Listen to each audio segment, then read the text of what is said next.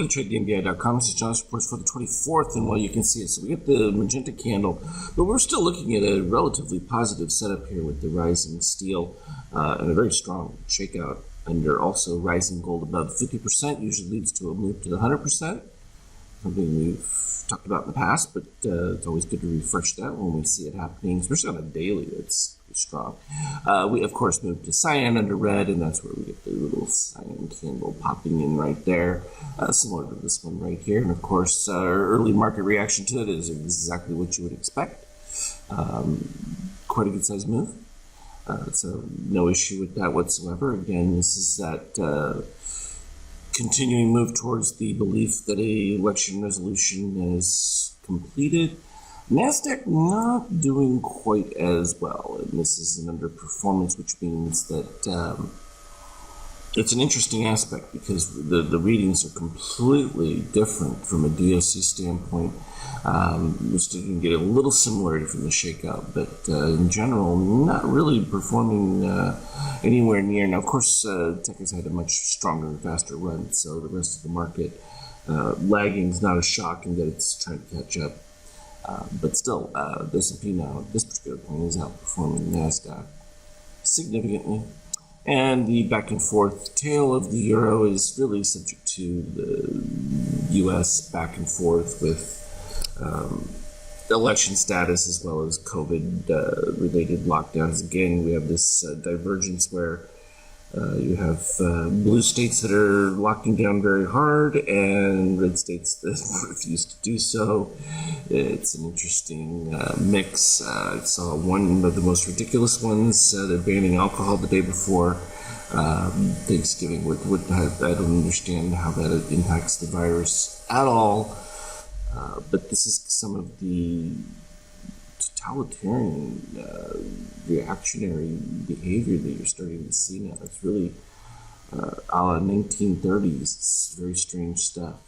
And this inability for any resolution or idea of stimulus to take place has caused a bit more pressure on gold. We knew we had to revisit the lows, and it just did that, broke it, but we're still below the red line, so it could be just a little bit further. I'm going to have to shrink this back a little bit to get another sense of the positive extremes that we were looking for fill, which literally just took place. So it's always good to go back and revisit that. Remember when this huge rally was going, and everyone was like, gold's going to $1 billion, instantly. And I'm like, positive extreme. It's going to get filled. You just have to wait for it. We got close to it before here. Right now, we've actually filled it all the way. So, worth noting. From an intraday standpoint, this, I believe, is deal content 2. Yes, okay. We have a nice rally. It was a little mixed in between here when we got the breakdown. We were still under rising gold at this particular spot right here at the beginning of it. The second signal coming through was, I thought, a little bit better. It just literally didn't behave. I mean, literally came a few bars across, the steel from underneath popped right back above, and then it kind of fought in between, and we get sort of a lazy sell at the same time. Cyan goes over magenta, producing a buy. So it was short-lived, though. I mean, it produced the positive extreme, caved in under that pressure. Now, this was an interesting one, too, because, again, you get a similar situation right here. Conceivably, you could be like thinking, oh, okay, I got an opportunity for short. A couple of things. Still have green over red. Cyan still under red as well. Yes, you get the steel below and the orange moving up, but you're also doing it under rising shakeout and beginning of rising gold. Now, a little further when we get the actual magenta candle is a much cleaner, because at that point you at least have falling shakeout histogram as well as the yellow, and you've got a complete reset from your steel, so you have to watch that one, but at least it's a much stronger position as you get the beginning of direction fading down, and certainly you could even wait another bar or so, would not be out of the question, but I like to be in that range somewhere above that 76 to 100. So for me, that's one of those where I get a little earlier in there just because it works out better from a risk to reward standpoint, because you're not facing too much the upside. Whereas if you wait to below the 76 or any of those areas, then you risk that whole range going above you. So that's just a thought. And then we end up with the nice orange buy again. This is that critical error. It's like, okay, oftentimes you can still get the cyan above green after the beginning parts of a run and still have it continue.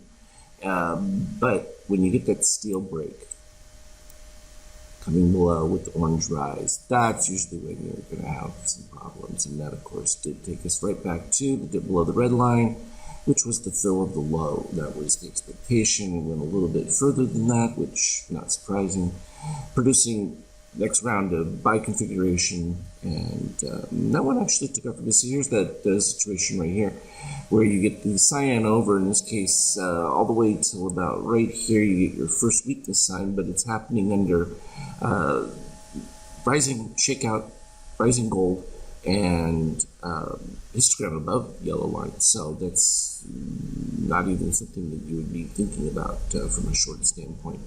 And even when it finally eased off, you weren't getting anything from a steel cross move or whatever. And then we ended up with a nice little running in, and that gave, again, a little bit soft signal right through here, and it produced just a tiny move to the downside before it just kept, and that sometimes is a frustration. It's still a decent signal. It just didn't produce anything. Nothing you can do about that. And then we came to the end of the day where started to get the bullish move right before, actually, with the green, and then it just took off, and then we've just been cascading higher ever since. It didn't look too different from this is the Power 2 cross, same constructs. A little bit cleaner from the initial buy. And you see it went red with the DOC spread, took place right here because of dropping directional, but rising gold was enough to turn it around. It's one of those that you have to adjust that into it. Of course, it converted once we get to the cyan under red, but definitely a tougher spot, but easy to see where it turned around. It was still decent from a red standpoint early enough, but wasn't able to hold on to that one. And that will happen. It does happen, but that's why, taking advantage of those big runs always makes up for the little teeny times that an algo gets overrun. It starts in a direction, that can happen. New guy steps into the arena and says, man, I got an advantage on this guy, and they bowl him over. And that's exactly what happened there. Well, we're getting close to Thanksgiving, so it's a short week.